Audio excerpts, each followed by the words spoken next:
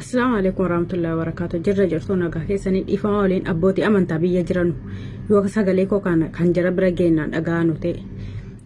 Yoo mootummaan kun amantaa keenya jibbee jedhe amantaan ni jaallatu balleessaa isinis maal eeddu kana gochuun dandeessan immoo dhiirra amantaa keenya keessatti hin dhalan akkamitti hamma yoomitti nu qofti dhumna hamma yoomitti amantaan keenya qofti lafarraa dhumu hamma yoomitti masginni keenya qofti gubata isin garuu faayiduma keessa isinirra waa tokko wanti nu argine hin jiru.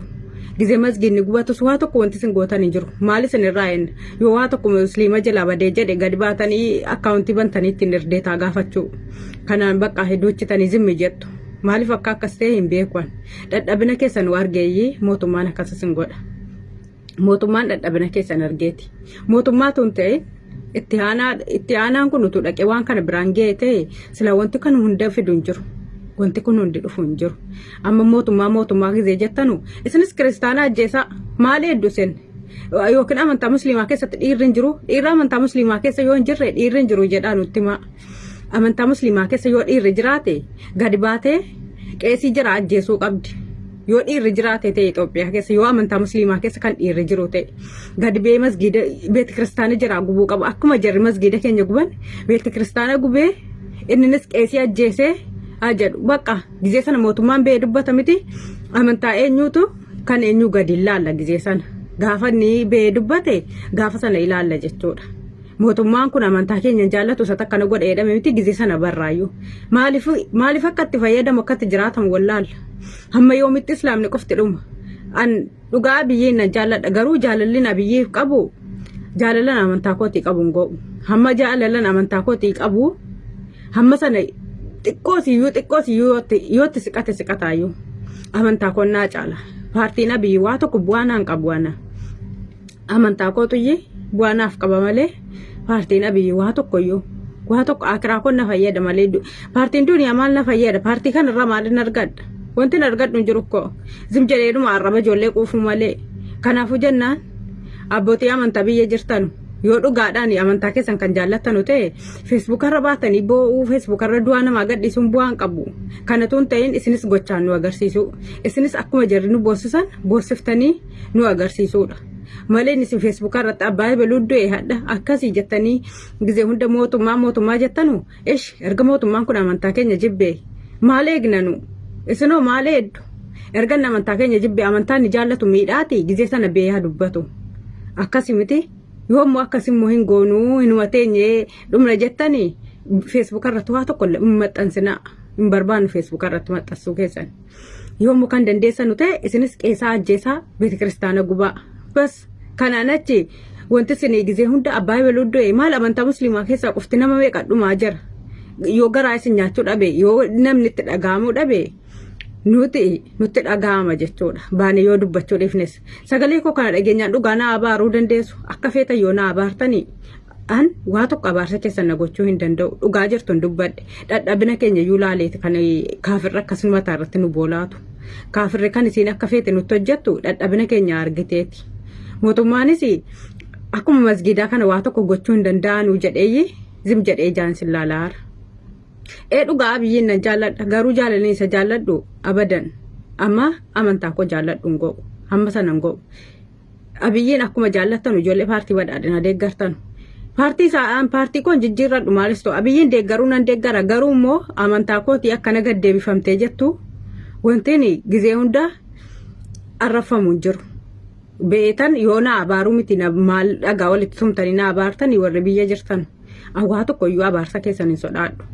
Yoo ofii keessanii sodaatanii duruma yuutuu sodaachuu dhiiftanii gizeema masgiidaa sana haqa keenya nu baay'isiiftanii sila akkas dhiiran dhalchine immoo biyyi keenya akkamiin amantaa musliimaa keessa yoo dhiirri hin jiru jedhaa dubbadhaa malee mootummaan jedhina mootummaan waa tokko isinii gochuu hin danda'u mootummaan gizee akkana ta'e jedhu amantaa keenya keessaa maaliif amantaa ni jaallatu keessaan balleessine rabbiin namtichatti itti aantu biyyi sana balleessu Daani'eel Kibireet jedhamtu sana isiidha kan kana hunda nutti fidaa jiru rabbiin isii balleessu utuu rabbiin isii achi buqqisee jedhe wanti silaa hadda abbaan arge amantaa keenyatti taphattu hin jiru rabbiidhaati waan tokko godhaa nu agarsiisa akkuma jarri kaafiraa garaa nu gubde jiras garaa gubaatee nu agarsiisa mootummaan gaafa sana gizee bee dubbate illaalla amantaa eenyu gad akka ta'e yooma waa tokko gochuu hin dandeenye tasa Facebook irratti waan hunda laxafuun bu'aan qabu. Waa tokko yoo maxxansu nu arguun maal bu'aa wayii qaba waa tokko faayidaan qabu jechuudha. Obbo Jawaar sun biyya galuu sheexaanuma gurraacha sheexaana rabbaa baarii sana biyya galee.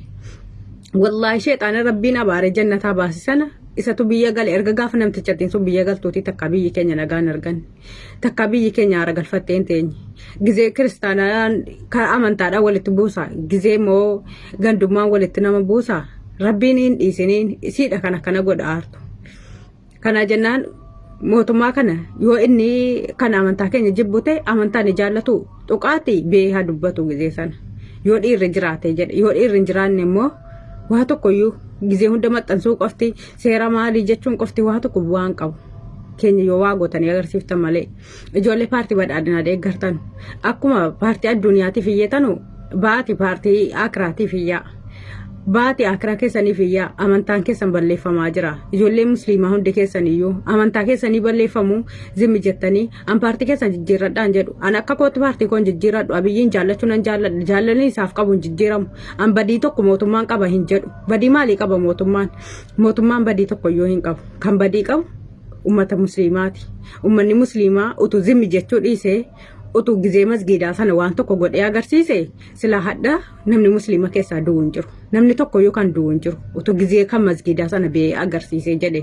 Utuu akkuma jarri keenya 36 guban sana kan jira 36 gubanii jedhani 36 miti kanuma jira habbaa tokko utuu gubanii jedhani jechuudha. Sila hadda wanti kaafirri nurratti taphattu hin jiru.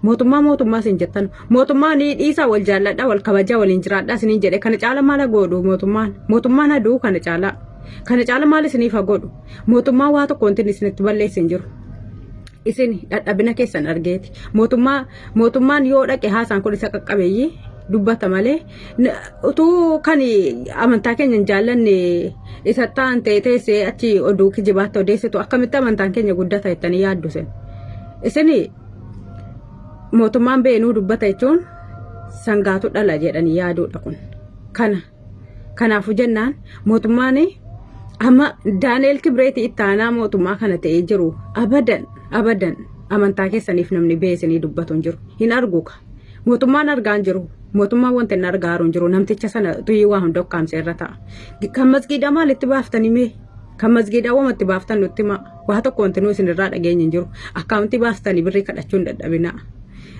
Amma yoomiitti nuna nama gabbarree bulla amma yoomii kaafiraa salaattu zen kaafiraaf immoo rabbiif salaattu yoo dhugaa rabbiif kan salaattan ta'e isinis baati amantaan ni jaallatu balleessaa jedha.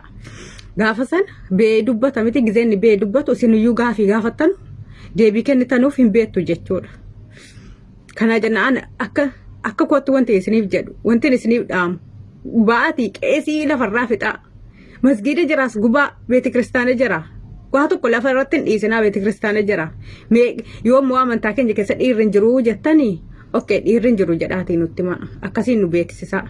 Immoo waama dhageessanii nama abaaruu qofatu hin ta'in. Yoo na abaartanis dantaa kooti miti dhugaan doomii isinirraa waa tokko eeguurraa abaaramanii baduu wayyaashu. Wallaahi gizee hunda maaliif nu guddu gizee hunda nama abaabaluu du'e maaliif jettanii nutti himtu yoo waa tokko gootanii nu agarsiisuu hin dandeenye.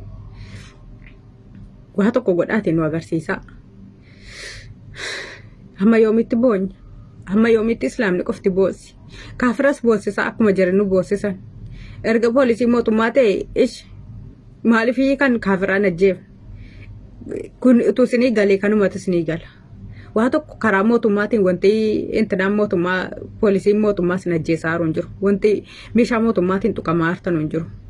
Kun warruma birriin bitamee ummatuma keenyasi oromoodhuma keenya jedhamte kan hundasii badduu kan birriin amma yoomitti birriin bitamtu meesen wallaahi isinii waliin oromoodha jechuurra du'a wayya wallaahi du'a wayya oromummaa isinii waliin qabachuurra maal godha keenya amantaa keenya keessas islaamni hin jiru oromoo jedhamtes gadi baatee